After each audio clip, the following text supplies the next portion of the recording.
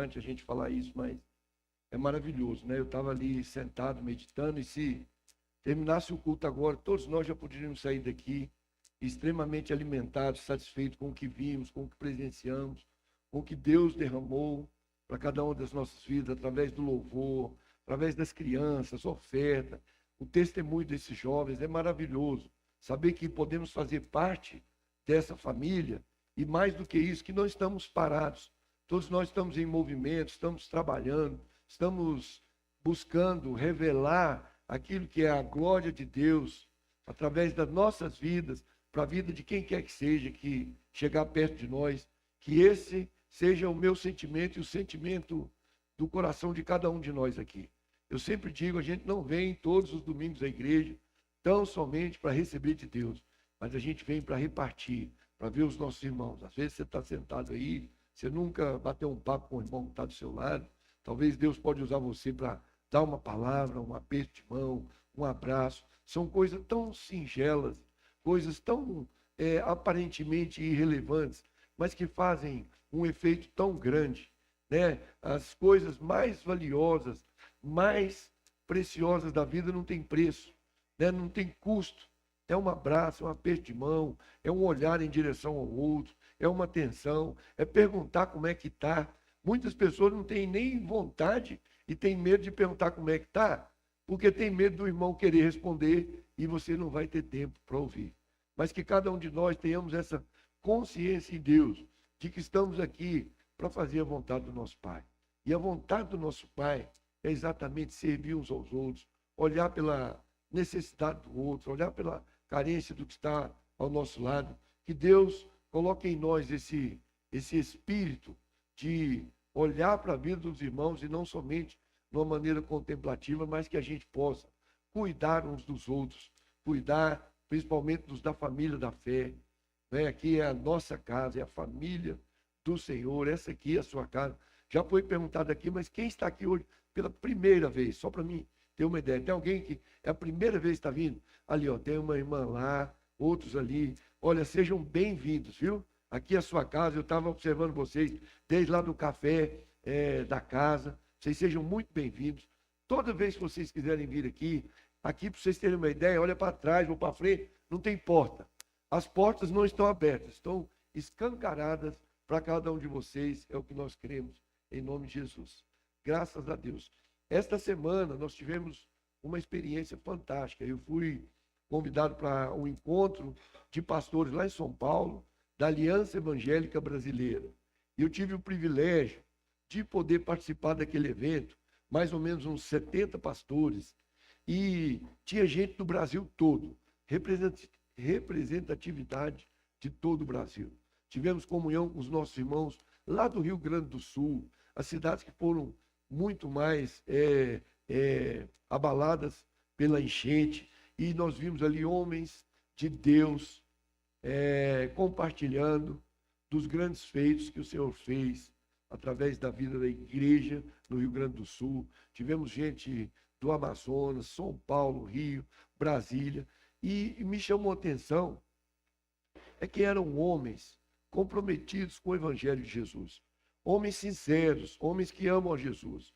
Eu vi lá homens de 80 anos, né, no encontro, buscando saber qual que é a direção de Deus, né, qual que é o parecer de Deus para a vida de cada um daqueles homens, como líderes de ministérios. Eu vi ali homens, líderes de ministérios grandes aqui no Brasil, e homens simples, homens sujeitos às mesmas intempéries que nós, sujeitos às mesmas variações, às mesmas paixões que nós, as mesmas angústias. E é interessante que aqueles homens ali, aparentemente com tanta responsabilidade, tantas igrejas sendo coordenadas por eles, e homens simples, dizendo que o dia a dia, né, o coração às vezes fica apertado. Eu vi um homem lá extremamente responsável por 320 igrejas. E aquele homem chegou para compartilhar uma palavra simples conosco lá, e ele falou assim: quantos aqui já não tiveram vontade de desistir? Mais de 40 anos no ministério, e às vezes aquele sentimento ruim vem, querendo se apoderar daqueles homens, e aí o Espírito Santo de Deus vem e segura aqueles homens, e é mais forte, e a gente vê. Eu estou dizendo isso porque quando a gente, às vezes nós estamos aqui sentados e olhando para quem está aqui na frente, ministrando, falando, quero dizer para vocês que do mesmo jeito que vocês têm as angústias nos corações, as angústias passam pelo nosso coração. O que vai fazer diferença entre nós e as pessoas que estão, vamos dizer assim, no mundo, né? É que nós podemos nos agarrar à misericórdia de Deus, ao Espírito Santo de Deus que nunca nos abandona. Esse é o segredo. Homens e mulheres, justos e injustos, ímpios e homens e mulheres que creem em Deus, todos esses terão suas dificuldades, mas a diferença é aqueles que estão em Cristo, sempre serão novas criaturas, vão ser renovados pelo Espírito Santo de Deus. Amém? Graças a Deus. E eu queria hoje compartilhar algo que não vai demorar muito, porque daqui a pouco nós vamos ter a ceia, as crianças vão retornar das suas salas, e eu queria compartilhar algo que fosse breve para o nosso coração, mas que também, em nome de Jesus, pudesse marcar o meu coração e o seu coração. Eu quero que você, por favor, abra a sua Bíblia no livro de Juízes, se a Daniele puder projetar aqui, fica melhor por conta da versão bíblica, NVI. E Juízes, no capítulo 13, a partir do verso 1, nós vamos ler, e eu queria que você me acompanhasse, por favor, nesse texto. Diz assim: mais uma vez, os israelitas fizeram o que era mal aos olhos do Senhor. Mais uma vez, o povo, chamado povo de Deus, fez o que era mal aos olhos do Senhor. Por isso, o Senhor os entregou nas mãos dos filisteus novamente. A gente sempre ouve falar na Bíblia sobre os filisteus.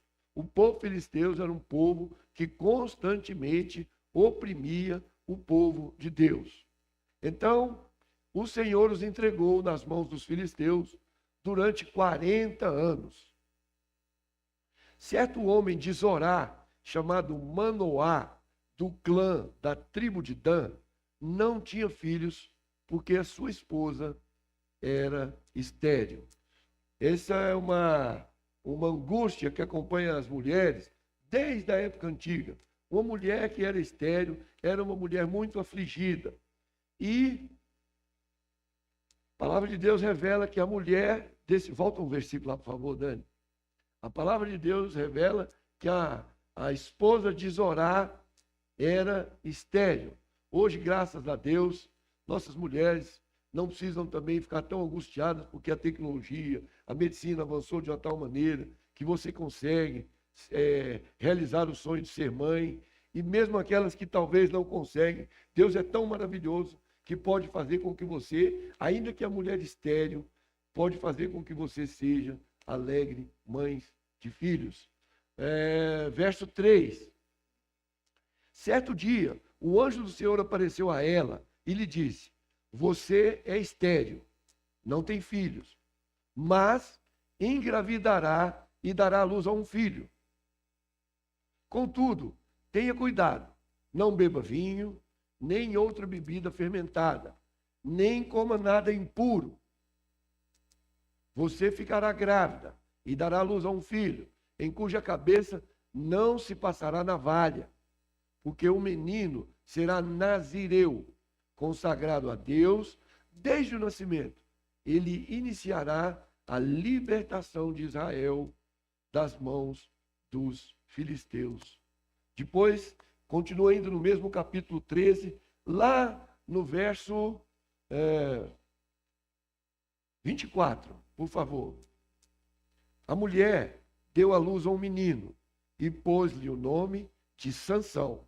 Ele cresceu e o Senhor o abençoou, graças a Deus. Mais uma vez, por favor, feche seus olhos, vamos orar. Senhor Deus e Pai, muito obrigado pela oportunidade que o Senhor nos dá mais uma vez de abrir a sua palavra, de poder refletir sobre o que o Senhor tem a nos dizer nessa manhã. Eu quero te pedir em nome de Jesus, conforme foi orado aqui pelo Deus, que o Senhor tire agora, Deus, toda vaidade, presunção, ó Deus, da minha vida. Que o Senhor agora, em nome de Jesus, ó Deus, possa usar a minha vida como instrumento nas suas mãos. Ó Deus, a sua palavra diz que o Senhor de maneira nenhuma lança fora um coração quebrantado e contrito na tua presença. Eu quero declarar que eu estou aqui, ó Deus, para fazer aquilo que é a vontade do Senhor, compartilhar aquilo que o Senhor tem colocado no nosso coração. Quero te pedir pela vida dos meus irmãos. Cada um aqui chegou nessa manhã, talvez com tantas bagagens, com tantas cargas de angústia, mas também teve gente que está chegando aqui com toda alegria. E nós te pedimos, ó Deus, quer seja de um jeito ou de outro, o seu Espírito nunca se afaste de nós. Nós pedimos que cada um aqui seja uma terra extremamente fértil para receber do Senhor tudo que o Senhor quer nos comunicar nessa manhã, em nome de Jesus. Graças a Deus. O texto que acabamos de ler em Juízes, no capítulo 13, é uma história conhecida e, mais do que isso, o personagem é conhecido principalmente pelas crianças. Eu me lembro quando era criança, as professoras na escola, na salinha, ensinavam para a gente a história de Sansão. Mas eu fui ler e ser um pouco mais profundo nessa história e creio que Deus pode, nessa manhã, extrair muitas coisas desta história para que possa ser bênção na minha vida e na sua vida. A história de Sansão. Diz a palavra de Deus que Deus decidiu encontrar-se com uma mulher que nós não sabemos o nome dela. Sabemos apenas o nome do marido dela, que é Manoá. Mas o importante dessa história, que diz que quando o anjo de Deus, o próprio Deus desceu para falar com essa mulher, diz que ela foi tomada pela presença de Deus naquele momento, e Deus, através do anjo, começou a falar com ela. Falou, olha, você é estéril. O anjo começou destacando aquilo que para aquela mulher talvez era uma deficiência, era algo que ela não gostaria nem de se lembrar. Mas o anjo começou toda aquela conversa através desta palavra, você é estéril. Ou seja, fica bem claro que você não pode ter filhos. Mas aí, diz a palavra de Deus, que nós já podemos começar a aprender através dessa primeira palavra que o anjo falou para essa mulher. Porque, na verdade, antes dele falar do que ele ia comunicar a ela sobre a promessa, o presente de Deus que ela estava prestes a receber, ele deixou bem claro que aquela mulher era estéril. Deus fez questão de lembrá-la. Deus lembrou aquela mulher das suas limitações. E aí eu quero dizer, a primeira lição que nós podemos aprender nesta história, através desse casal, que a gente não sabe o nome da mulher, mas que a Bíblia fala apenas o nome do marido, é de que quando Deus vem falar algo conosco, fazer algo na nossa vida, é preciso deixar claro que nem eu e você temos força por nós mesmos para realizar alguma coisa. Não é pela nossa força, não é pela nossa capacidade, não é pelas nossas competências, mas é pelo poder de Deus, pela misericórdia de Deus. Aquele anjo falou para ela, ó, você é estéril, mas você é escolhida e você ficará grávida e dará à luz a um filho. E aí ele começa a dar, então, algumas orientações para a vida daquela mulher. Mas antes disso, eu quero deixar bem claro que tudo o que acontece nas nossas vidas, às vezes a gente pensa que é pela força do nosso braço, às vezes é pela nossa capacidade. Principalmente eu falo para os homens nessa manhã, quantas vezes alguns de nós homens fomos pegos pela angústia, pelo medo de às vezes não dar conta de suprir as necessidades da nossa família. Principalmente os maridos aqui, quando você se vê naquela situação, uma esposa, Fernando, uma filha, puxa vida, às vezes a gente fica, se a gente não nos ater no Espírito Santo de Deus, nós vamos começar a pensar que é pela força do meu braço. Mas o Espírito Santo de Deus nessa manhã diz que não é por força, não é por poder, mas é pelo Espírito Santo de Deus. Quero dar uma boa notícia para os maridos aqui. Não se preocupe, porque o tratar da esposa, o cuidar dos filhos, o suprimento não vem das suas mãos. Embora você trabalhe, tenha capacidade, tenha um bom recurso, tenha um bom salário, se Deus não colocar a mão, esse canal não é conduzido. Você, homem, é usado por Deus para ser bênção na vida da sua família, mas a força não vem do seu braço, a capacidade não vem de você. Por isso que muitos homens entram num parafuso. Os caras perdem a cabeça, acham que está tudo dependendo da vida deles e se entregam aos vícios, se entregam à prostituição, querendo encontrar alguma coisa que vai suprir aquilo que são as suas necessidades. Mas como o anjo do Senhor falou àquela mulher, lembrando das suas debilidades, ele também diz que é pelo poder de Deus que nós podemos ser supridos, principalmente os homens, nessa manhã, em nome de Jesus. E Deus quer nos lembrar que não só as coisas boas da nossa vida é pelo poder de Deus, mas tudo em nós é pelo poder de Deus. Que possamos aprender que o Espírito Santo quer nos ensinar, que nós podemos ser dependentes cada dia mais daquilo que é o Espírito Santo de Deus na nossa vida. Segundo lugar, mais um ensinamento. Mais um princípio que Deus quer colocar para nós através dessa história, que nós vamos discorrer aqui. Deus falou àquela mulher: olha, você vai ter um filho, esse menino vai ser um nazireu. Nazireu, para quem não sabe, quando antigamente existia um pacto, quando uma criança se tornava nazireu, a lei do nazirado significava 3 coisas. Aquele menino não podia tocar em coisa morta, não podia comer comida impura, principalmente derivado da uva, vinho e etc. E, terceiro lugar, não poderia passar navalha na sua cabeça. Ele tinha que ficar com os cabelos grandes o tempo todo. Esse era um pacto do nazireu, do nazirado. Então, Deus falou àquela mulher: você vai ter um filho nazireu, mas mais do que isso, você, mulher, não vai tocar em coisa morta, você, mulher, não vai comer comida impura. E aqui vai mais um princípio para nós, os pais, nessa manhã. Aquela mulher poderia questionar Deus: olha, quem vai ser nazireu? Meu filho, não sou eu. Por que eu tenho que cumprir essas regras, sendo que eu não vou ser nazireu? Mas aquela mulher não falou isso. Quando o anjo de Deus falou para ela, ela simplesmente absorveu e deve ter pensado: é comigo. Deus está falando, é comigo. Então, conforme Deus falou, assim será. O que a gente pode deduzir com isso? Que eu e você, que somos pais, e eu vejo aqui tantos pais jovens, com as criancinhas menores, com os filhos maiores, alguns também com adultos, que já casaram, são avós. A bênção de Deus na vida dos nossos filhos passam pela nossa vida. Eu fico aqui maravilhado. Semana passada tivemos a ministração da pastora Muniz aqui, falando exatamente disso, da herança que nós, como pais, podemos deixar para os nossos filhos. Mais do que uma herança, é o legado que nós podemos deixar.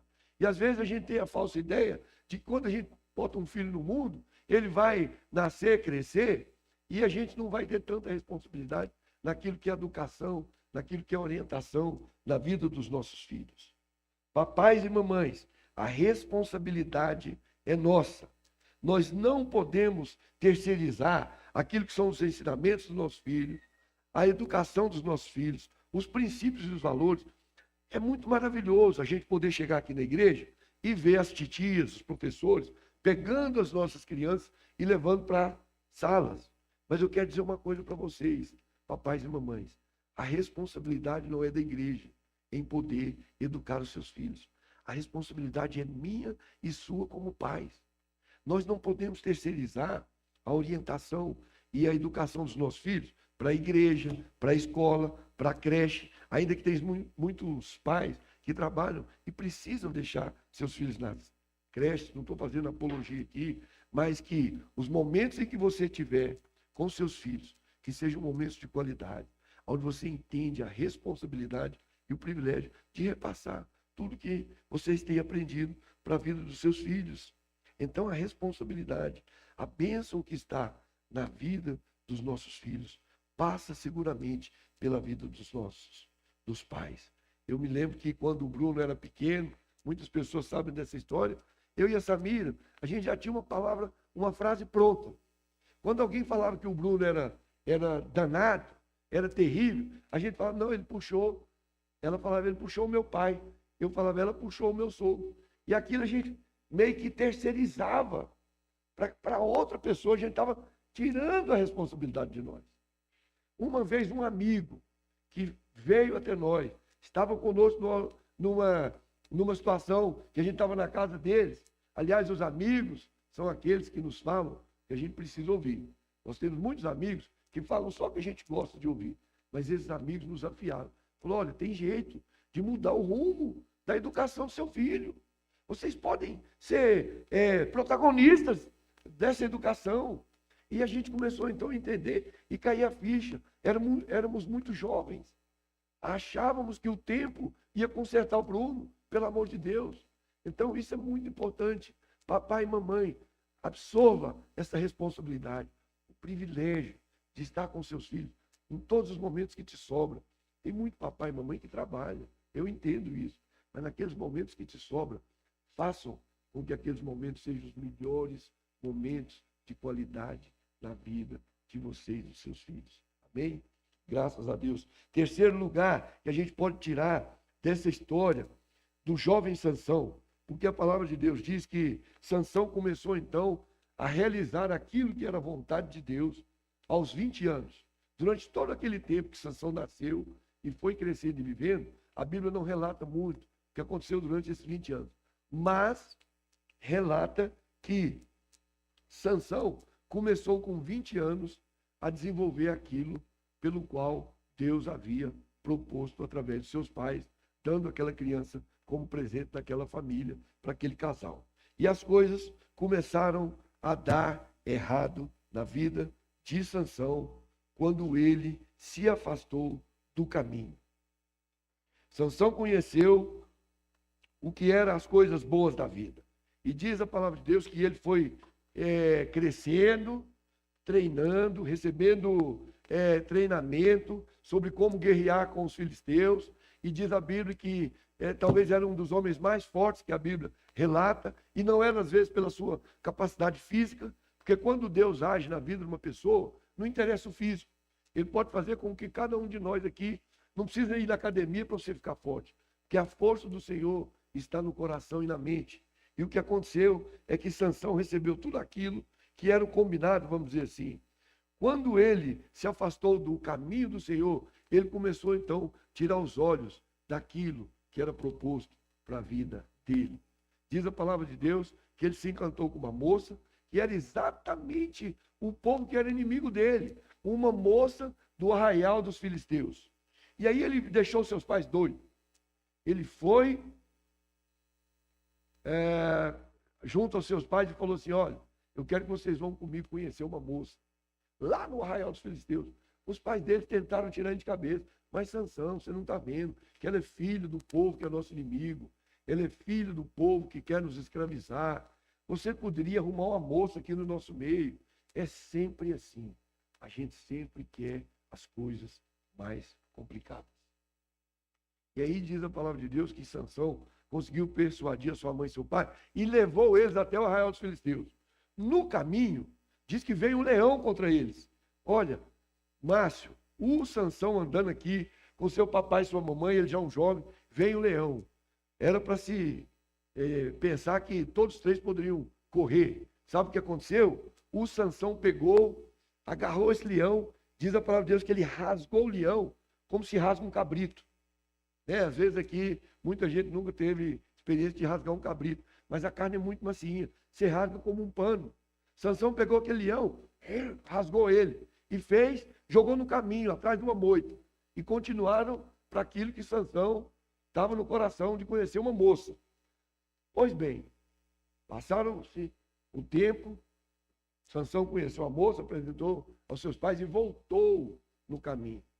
Quando Sansão voltou, diz a palavra de Deus que agora ele começa a colocar os olhos fora do caminho.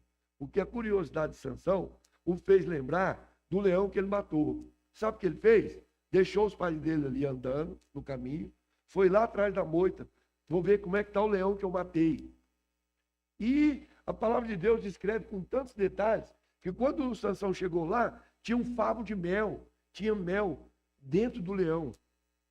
E o que é que o Sansão fez? Não se segurou, pegou, tocou naquele leão, pegou o mel e ainda levou para os pais dele. Olha o que é o tratado do Nazirado. Não tocar em coisa morta, não comer comida impura e não passar a navalha no cabelo.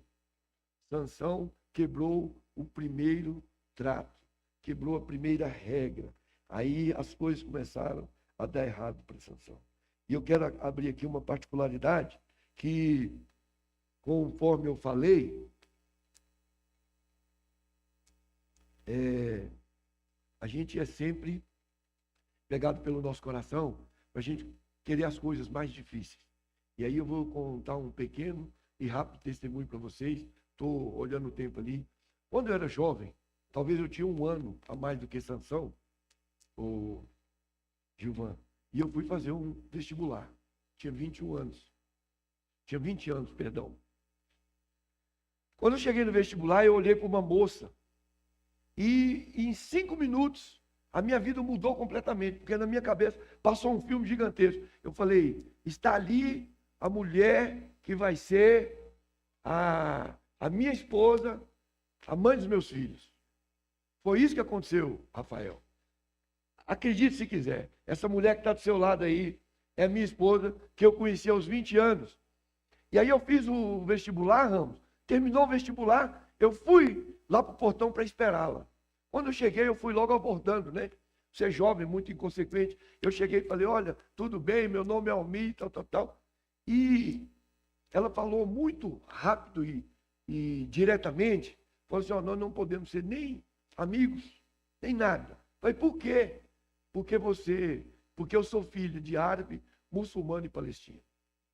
Veja o que eu falei, a gente sempre quer as coisas mais difíceis. Eu poderia, às vezes, ter arrumado uma menina aqui de Taguatinga, com as raízes de Minas, de Goiás, de São Paulo, mas eu fui querer uma filha de palestino, árabe e muçulmano, sabe? Mas eu quero dizer para os jovens que estão aqui, que ainda não são casados, em 5 minutos você pode conhecer o amor da sua vida. Em 5 minutos, tudo pode mudar na sua vida. Menos de 5 minutos, Muniz. Em segundos. Quando você bate o olho, e aí você está com tudo ali pronto para se apaixonar, para dedicar o amor que está represado ali na sua vida. Você encontra a mulher, encontra o homem da sua vida. Aí você tem todo o amor para poder liberar. E foi o que aconteceu. Quando essa amiga falou para mim que a gente não podia ser amiga, eu falei, aí que eu quero mesmo. Agora que eu não desisto. E aí aconteceram várias coisas. Só que aí, Rodrigo, eu fui mais além. Eu falei, eu quero ir lá falar com seu pai. Porque eu comecei rapidamente a estudar a cultura árabe. E lá você não pode namorar. E aí eu fui, num dia de quinta-feira, 5 horas da tarde, camisinha de manga comprida. Eu dei um brilho no meu sapato. Eu não tinha carro, pedi um Fusca branco da minha irmã. Cheguei lá todo bonitinho. E eu sabia que eu tinha que ser direto na minha conversa. E o pai dela estava numa sala grande, sala de árabe, tapete grosso, quadros pendurados na parede, uma mesa compridona. E eu cheguei ali, um menino pobre, filho de lavadeira, de porteiro de escola, e eu fui direto no assunto. Falei, eu vim aqui, o meu nome é Almir Lopes, eu fiquei conhecendo a sua filha, e eu quero me casar com ela. E ele falou assim para mim, olha, é impossível. Falei, impossível por quê? Porque você não é árabe e você não é muçulmano. Eu pensei rapidamente, sim, árabe eu não sou, mas muçulmano eu posso ser. E tudo que um árabe quer é um novo seguidor da sua religião. Só que, meus irmãos, aparentemente, quando eu conto isso aqui, e eu já contei isso em vários lugares desse mundo, já rodei muitos países desse mundo, falando do amor de Deus, daquilo que Deus fez na minha vida, falando para os empresários, mas eu usava essa história para poder falar das grandes coisas que Deus fez na minha vida. Pois bem, quando eu falo que eu poderia passar a ser muçulmano, olha, era uma história muito forte, Jorge, porque eu só não nasci na igreja porque no dia não tinha culto. Eu nasci num lar evangélico. Meus pais me acordavam tocando uma radiola com hinos da harpa cristã para a gente poder ir para a igreja. Eu era presidente da mocidade, tocava no louvor e eu era um jovem ativo na igreja. Mas, conforme eu falei, muitos de nós jovens, nós somos inconsequentes. Hoje eu olho para essa galera que está aqui, eu falo, meu Deus, que homens e mulheres maduros, já numa idade tão nova, já estão com tanta coisa para frente, para sonhar, para desenvolver. Mas comigo não foi muito bem assim, porque quando eu olhei para a vida da Samira, eu falei, eu vou, haja o que houver, custe o que custar. E eu falei para ele, eu posso virar muçulmano. Aí ele parou e acendeu a luzinha, falou, então, você vai ter que estudar o islamismo. Eu falei, pode me dar. Ele me deu vários livros.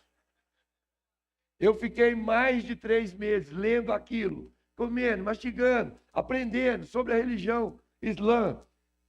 Tem muitos amigos da colônia árabe, pessoas que eu amo, que eu respeito e tenho certeza que eles me respeitam. Não estou fazendo aqui apologia, não estou falando da religião. São pessoas que eu honro, que estão lá. Mas eu tive que comer aquilo ali para me aprender quais eram os princípios deles. E eu me atolei tanto nesse negócio que a Samira falou assim, eu não estou te entendendo. Parece que você está gostando. Eu falei, não, calma. Eu vou fazer isso aqui quando a gente casar o desviro. Ah, sim. Quando o pai dela veio para cá, para o Brasil, ele veio também numa idade jovem. E todo árabe, via de regra, ele veio para o Brasil, ele vai trabalhar de quê? Vender roupa, mascate. Vai bater de porta em porta. Quer comprar roupa? Quer comprar roupa? Era a frase que ele mais falava, ele dizia para mim, quando ele chegou no Brasil. E ele tinha um jipe velho, que mais quebrava do que andava. Diz a história que ele foi numa oficina mecânica, no centro da Guatinga, e o jipe quebrou, e o dono da oficina mecânica foi consertar o jipe, ele ficou esperando consertar o jipe, olhou para o lado, estava lá a mulher que seria a esposa dele e mãe da Samira. Só que ele me contava uma história que quando ele casou na igreja presbiteriana. E quando ele terminou o casamento, que ele saiu com ela, ele olhou para a igreja, mandou ela olhar para trás, falou, olha para cá. Nunca mais você vai pisar nessa igreja. Você vai seguir a minha religião e eu sou muçulmano e você vai ter que ser muçulmana. A mãe da Samira era de origem cristã, da igreja presbiteriana. Para quem não conhece, a primeira igreja presbiteriana ali na Avenida Sandu. Quando eu estou estudando o islamismo, que eu lembrei que eu escutava aquela história, eu falei, já sei, vou pagar com a mesma moeda. Porque ele exigiu que eu me casasse na religião muçulmana e eu tive que aprender muitas coisas. Eu estou contando essa história para dizer simplesmente, quando a gente tira os olhos daquilo que é o propósito de Deus na nossa vida, parece ser uma história engraçada, mas foi muito triste poder viver essa história. Eu vou explicar por quê. Porque na religião muçulmana, eu tive que aprender muitas coisas e ele exigiu que eu casasse na religião muçulmana. E eu tive que proferir muitas coisas que não é o que eu acredito, que não é o que você acredita. Eu tive que negar Jesus, porque no dia da cerimônia eu falei que o Mohamed era o único profeta de Deus. E eu neguei a existência de Jesus na minha vida. Olha, preste atenção no que você está buscando, no que você está correndo atrás. Olha, se não são desvios para te tirar dos caminhos que Deus tem para você, dos propósitos, dos valores, dos princípios que Deus tem para a nossa vida. Sabe?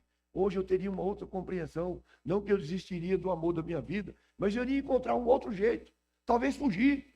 Seria mais honroso do que negar Jesus, Evelino. Seria muito melhor. Só que quando você está cego, você cega o seu entendimento, você não enxerga um palmo à frente do seu nariz. Então foi o que aconteceu. Eu casei na religião muçulmana. E depois, eu e a Samira, como cristãos, eu falei, olha, eu volto para minha casa. Ela foi para a casa de uma prima, porque na nossa cabeça, na semana seguinte, nós iríamos casar na igreja presbiteriana, para a gente ter uma cerimônia, um tapete, aí a noiva entrava, aí tinha um coral cantando, o pastor ia dar a bênção. E aí tem uma peculiaridade no dia desse casamento, para que o meu sogro não descobrisse. Está gravando aí? A minha sogra botou um remedinho, Rodrigo. Se você botar 2 gotas, você dorme o dia inteiro. Ela botou 6. Ele dormiu de sábado, antes do almoço, até domingo, na hora do Fantástico. Para ele não ir no casamento no sábado. Para que não tivesse nenhum perigo. Se aquele homem chegasse ali, ele ia chegando atirando para todo lado. Porque ele era muito nervoso. Só que aí, a mentira tem perna curta. E aí nós casamos na igreja presbiteriana. Foi uma cerimônia linda, tudo escondido. O avô da Samira entrou com ela na igreja. E a gente foi viajar de lua de mel. E na época, eu era representante do laboratório. Eu fazia propaganda médica nos hospitais para fazer com que o médico receitasse os medicamentos. E aí, todo o sonho de um representante de laboratório é ter uma farmácia. E na época eu estava montando uma farmácia. Quando eu voltei de lua de mel, a Samira trabalhava com ele numa loja. E aí, ele falou assim, olha, aquelas lojas de departamento, que tem de tudo, loja de árabe, assim, muito grande. E a Samira trabalhava com ele para ajudar na renda familiar, minha e dela. Ele falou para a Samira, eu vou lá na farmácia do Almir visitar ele. E aí ele foi. Naquela época não tinha celular, não tinha nada. Quando ele chegou, eu estava arrumando os medicamentos aqui na prateleira, e ele chegou, como ele sempre chegava quietinho, para dar um susto, para brincar, eu deixei as fotos do casamento da igreja em cima do balcão, porque o fotógrafo tinha deixado para mim poder levar para a Samira. Eram as provinhas para escolher como é que ia fazer o álbum. E foi o que ele começou a olhar aquelas fotos. Ele não falou mais nada, ele olhou para mim. Quando eu vi aquele homem olhando as fotos, quase que eu caio da escada. As pernas bambeou. E ele falou assim, você me traiu, né? E não falou mais nada, pegou o carro dele e foi embora. Quando ele chegou lá na loja, eu avisei para a Samira no telefone que ele tinha descoberto tudo. E ela ficou quietinha, eram umas 11 horas, deu a hora do almoço, ela falou, pai, eu vou almoçar. Sabe o que ele falou para ela? Vou tomar uma água aqui primeiro.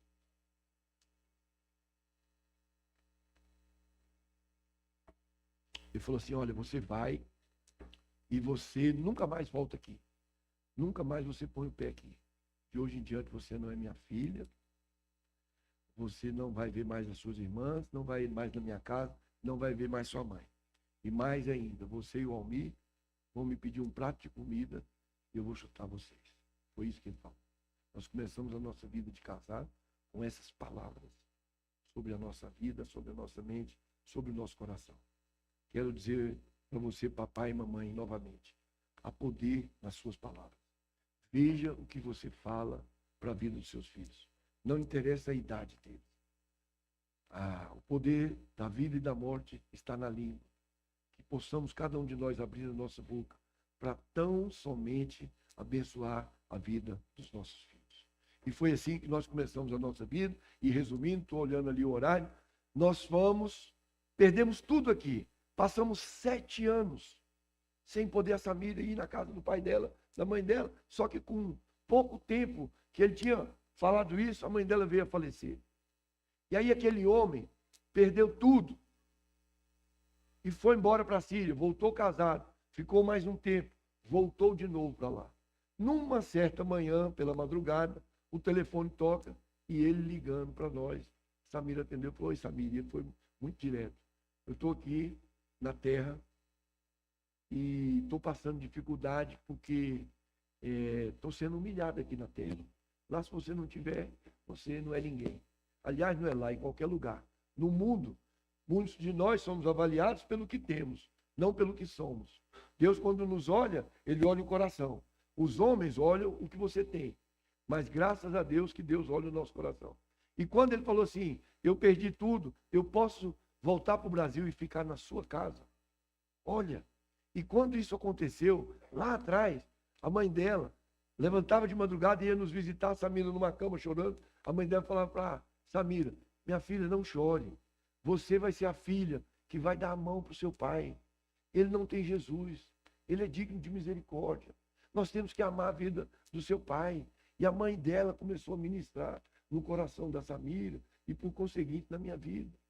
E nós somos tomados por um amor, de modo que quando aquela madrugada que ele ligou, A Samira falou assim, pai, eu vou perguntar para o Almir se pode. Ora, ali estava o momento de nós mostrarmos o verdadeiro amor de Jesus na vida daquele homem. Ele não tinha Jesus. A gente podia fazer muito mais. E ele veio para o Brasil e ele queria vir sozinho. Eu falei, não, ele não vem.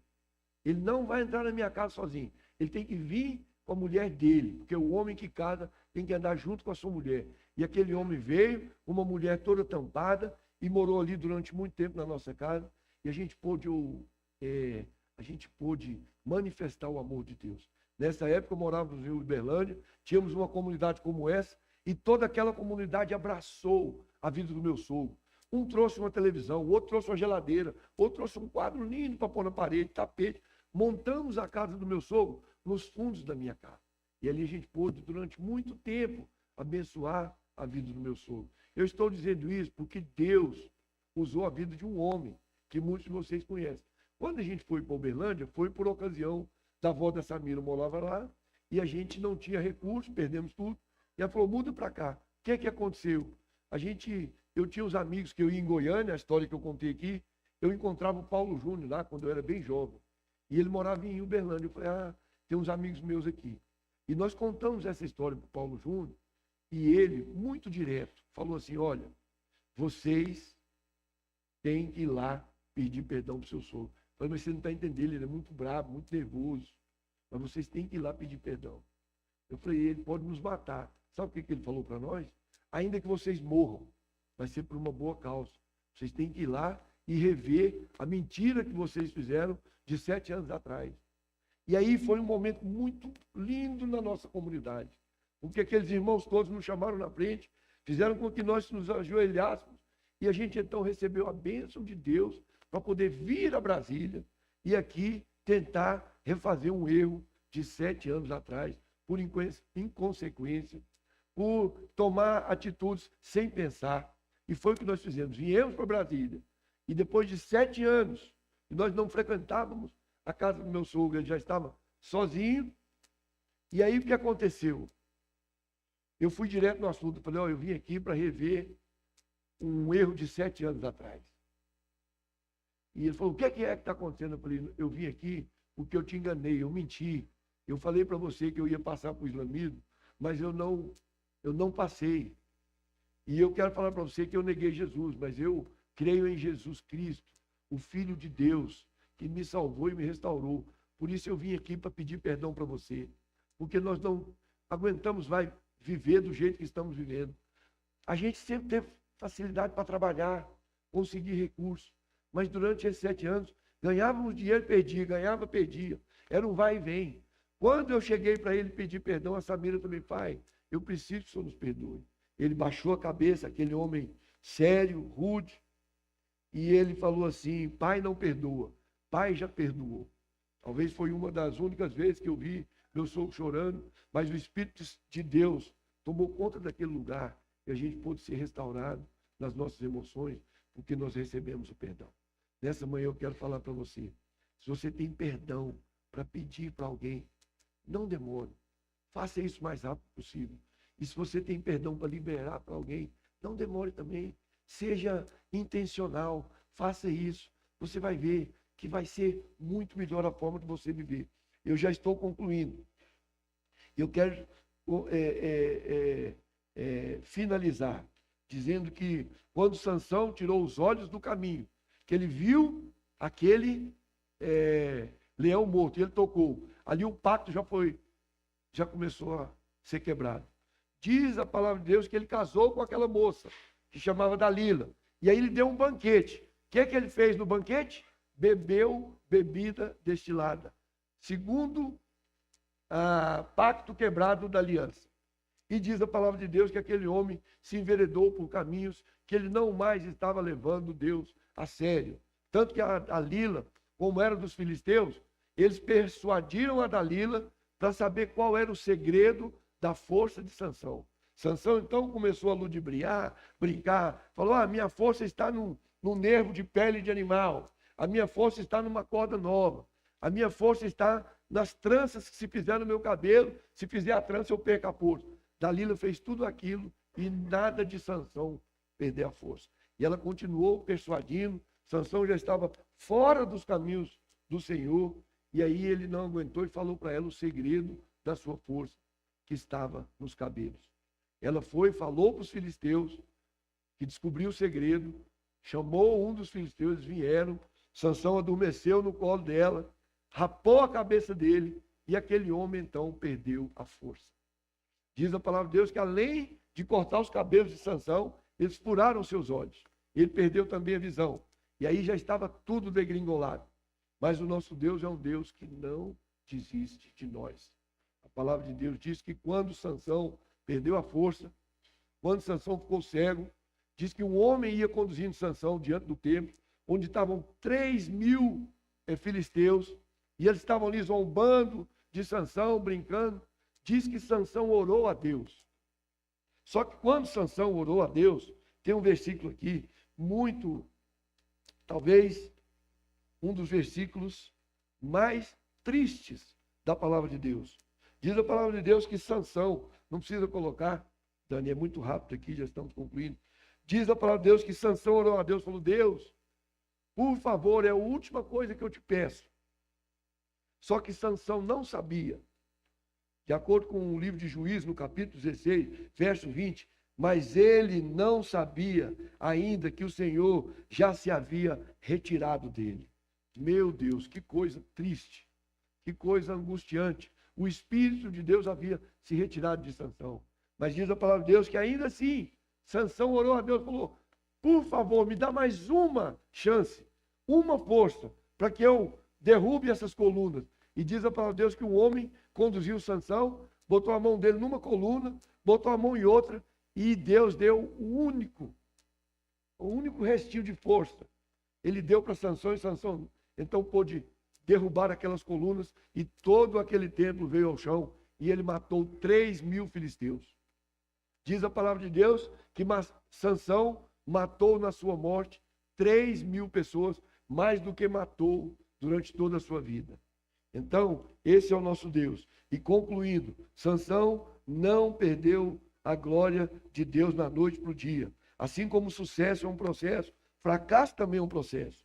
E eu quero concluir dizendo que o Senhor está falando para nós, nessa manhã, não desperdice o nosso tempo, não desperdice a nossa vida. Viva intensamente os propósitos de Deus. Viva aquilo que são os princípios e valores que Deus tem para revelar para a nossa vida a cada dia. Não seja intransigente, não seja inconsequente. Procure planejar aquilo que Deus tem para realizar acerca da vida de cada um de nós. Eu, muito jovem, tomei atitudes que representou durante muito tempo na minha vida. Mas a misericórdia de Deus foi tamanha em me trazer novamente para aquilo que é o desígnio de Deus para a minha vida. Nesta manhã, cada um de nós temos um desígnio, um desenho, um chamado, uma vocação específica. Não adianta, porque aquilo que é para a minha vida não é para a vida do Léo, não é para a vida do André, mas Deus tem um desenho para cada um de nós. É preciso que cada um de nós agora temos esse tempo com Deus, a intimidade para buscá-lo, na intimidade para saber qual que é o desígnio de Deus para a minha vida e para a sua vida. Que Deus continue falando no nosso coração nesta manhã. E eu quero concluir dizendo que Sansão não só perdeu o cabelo quando Dalila mandou rapar, mais do que isso, Sansão perdeu um coração sensível e ensinável na presença de Deus. Todos os dias nós temos que aprender, desde o momento em que você levanta da sua cama e põe os pés no chão. Você não está indo para a vida, você está descendo da cama para uma escola. Nós podemos aprender todos os dias, todos os momentos da nossa vida. Nós temos a oportunidade de aprender com as crianças, com os jovens, com os idosos, com os mais experientes. A gente tem condição de aprender, ficarmos atentos para saber o que Deus quer falar para nós através das pessoas. E finalizando, essa semana foi tão maravilhoso, tivemos uma experiência, é um pouco engraçada, mas muito profunda. O Bruno, a Andresa, a Helena e o Mateus receberam na casa deles a visita da Bebel. Bebel, para quem não conhece, é a filha do Paulo Júnior, e o seu marido Ronaldo, e mais 2 crianças. O João, de 3 anos, e a pequena Esther, uma bebezinha. E aquilo foi um evento para a casa do Bruno. Eles receberam desde sexta-feira. E aí, eu acho que cada um deles deve ter ficado encarregado por uma missão. Na minha cabeça, eu acho, pelo que a gente ouviu, o Mateus, meu neto, ficou responsável pela vida do João, de 3 anos. O que aconteceu? Cada um foi ali, cuidando de um de outro. Eu já ia dizer assim, diz a palavra de Deus, mas diz a história que o Mateus foi para dentro do quarto e começou a contar historinhas para o João dormir, um menino de 3 meses. E quanto mais o Mateus contava histórias, o João ficava agitado. E aí, diz que o João não aguentou mais, falou, diz que o Mateus não aguentou mais, meu neto falou, João, vamos orar. E começou a orar com o pequeno João. Meu Deus, é engraçado, mas é algo que ele aprendeu porque ele viu alguém fazendo. Os nossos filhos estão atentos ao que nós estamos fazendo, mais do que o que nós estamos falando. Que Deus nos dê nessa manhã a sensibilidade de poder sermos canal de bênçãos na vida dos nossos filhos, dos nossos netos, da nossa esposa, dos nossos maridos. Vamos ficar de pé, as crianças já voltaram, nós vamos ter um momento da ceia e eu queria que você fechasse os seus olhos. E queria chamar o Gilvan aqui também para a gente ministrar a ceia juntos. Hoje eu vou ter a presença desse irmão, desse homem, desse pastor, pai de família, que ouve a voz de Deus. Que o Senhor nos abençoe nessa manhã, que faça com que cada um de nós receba de Deus agora a porção do seu Espírito. Que essa palavra faça diferença na minha vida e na sua vida.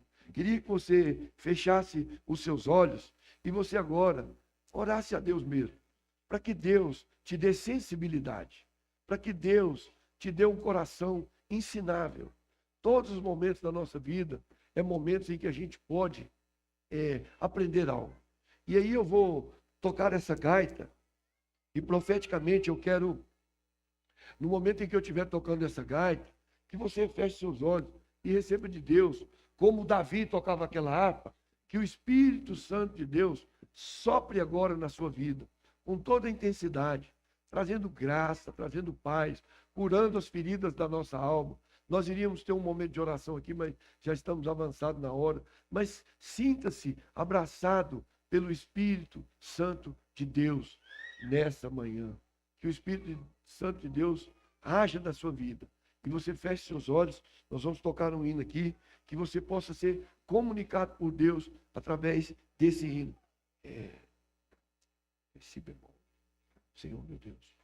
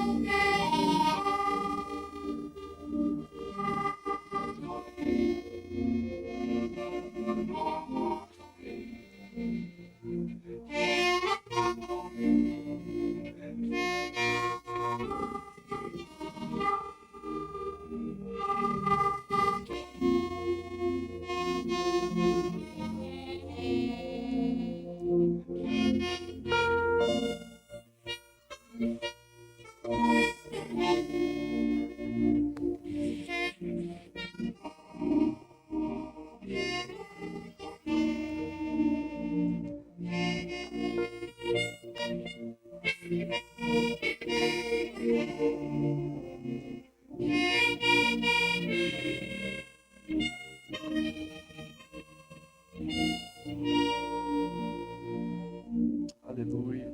Senhor Deus de graça e de misericórdia, essa manhã nós te louvamos, Deus, que sua palavra é viva e eficaz. Nós te pedimos, ó Deus, que o Senhor derrame sobre nós o seu Espírito, sua graça seja sobre nós, em nome de Jesus. Que o Senhor possa trazer cura, ó Deus, no nosso coração, cura na nossa alma. Deus, nessa manhã, se há aqui falta de perdão, que o Senhor, ó Deus, nos capacite, nos fortaleça nessa manhã. para que sejamos, ó Deus, fortes o bastante para liberarmos perdão na vida de quem quer que seja. Em nome de Jesus, ó Deus. Queremos te pedir, ó Deus, que seu Espírito Santo, ó Deus, seja sobre cada um aqui.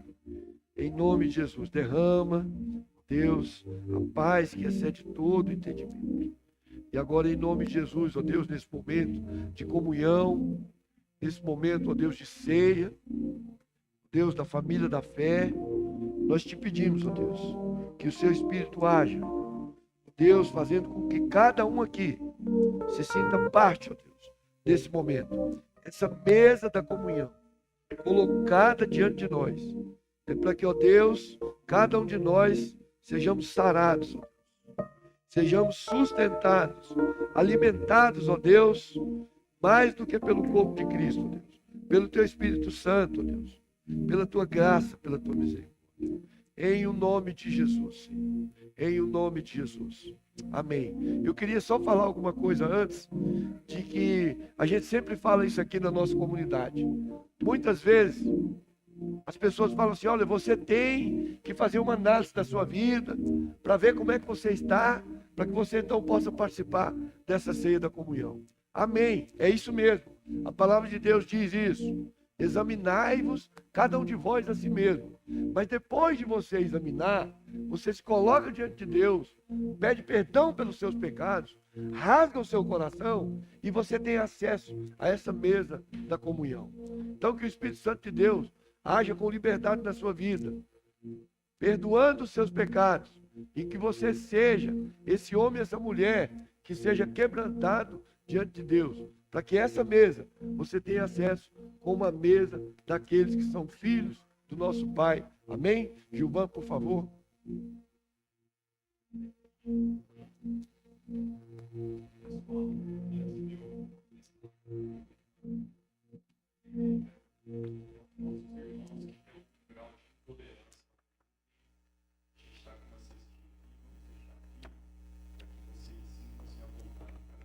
Tem lactose, maravilha.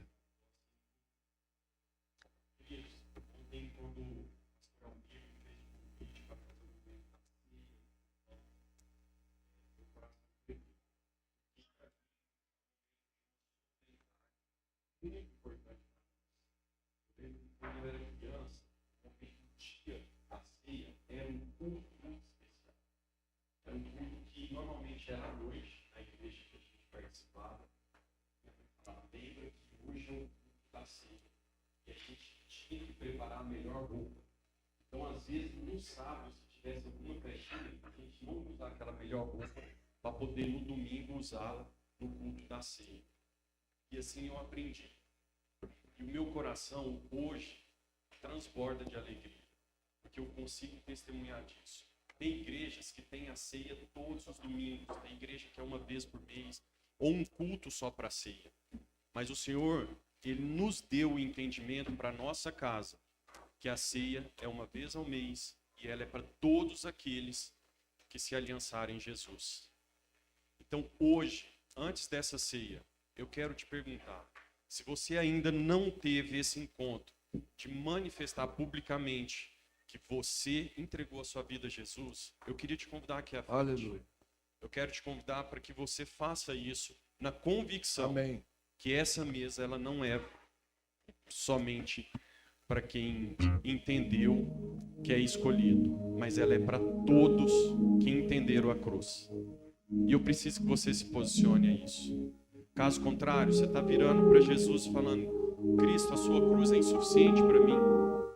Mas mesmo assim, Deus te dá a oportunidade de se arrepender e aceitar que Cristo morreu na cruz, redimiu os nossos pecados e Ele se fez ressurreto, para que a gente já não tivesse mais nosso salário do pecado à morte. E naquele dia, 1 Coríntios 11, 23. Porque eu recebi do Senhor o que também lhes entreguei. Que o Senhor Jesus, na noite em que foi traído, pegou o pão e, tendo graças, o partiu e disse: Isso é o meu corpo que é dado por vocês. Façam isso em memória de mim. Amém. Discernir o corpo é a gente saber que nós estamos aliançados em Cristo uns aos outros. Então, nesse momento, tenha comunhão com seu irmão. Abraça uns 2, 3, seus filhos. Compartilhe com seus filhos a importância da ceia. Não é um ato religioso, é uma solenidade em que a gente traz à nossa memória que Cristo morreu em nosso lugar. Mas esperem para que comamos juntos, tá? Mas ele é um ato espiritual. No mundo espiritual nós estamos proclamando: Jesus vive, ele já não é morto. Através desse pão que é simbólico, através desse suco de uva que é simbólico, que representa o corpo de Cristo, o sangue de Cristo, no mundo espiritual nós declaramos: ele vive e eu tenho acesso a essa vida. Amém. Amém. Todos estão servidos? Todos estão servidos? Mateus 26, 26, Jesus fala: enquanto comia, Jesus tomou o pão e, abençoando-o, partiu e deu aos seus discípulos e disse: tomai, comei, isto é o meu corpo. Vamos comer do pão, nós vamos fazer um outro momento do cálice.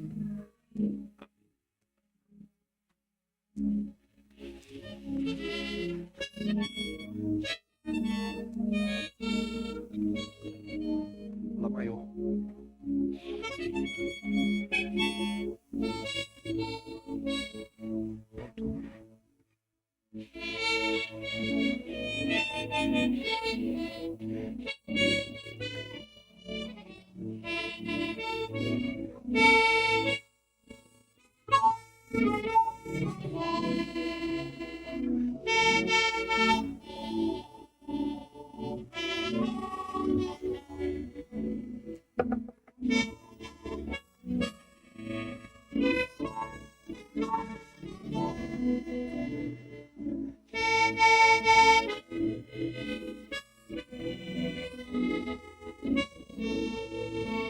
Senhor Deus, nós proclamamos, ó Deus, que somos remidos pelo teu corpo e pelo teu sangue. Ó Deus, não somos mais aqueles, ó Pai, que comem dignamente, mas aqueles que proclamam, Pai, a sua ressurreição. Obrigado pelo seu corpo.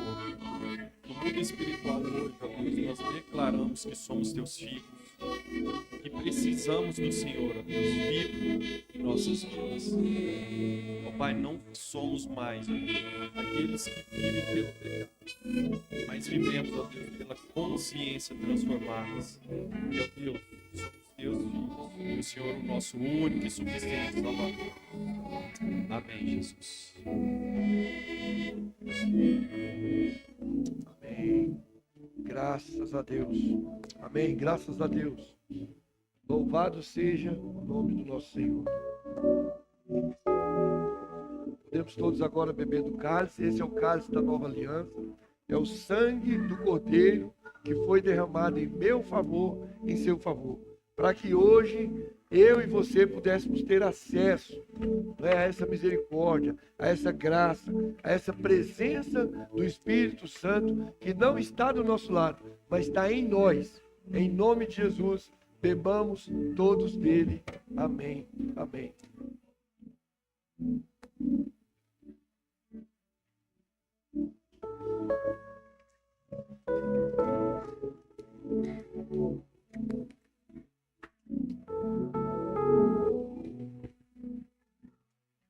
Amém, graças a Deus. Que o Senhor Deus nos abençoe nessa manhã. E o amor de Deus Todo-Poderoso, a graça de Jesus que nos envolve, nos abraça, que a comunhão, a consolação, a amizade genuína do Espírito Santo de Deus seja com todos nós nessa manhã, com a família da fé, e que nos guarde, nos dirija, nos leve em paz nas nossas casas e nos conduza nessa semana para todo sempre, em o nome de Jesus. Amém e amém. Graças a Deus. Aleluia, graças a Deus.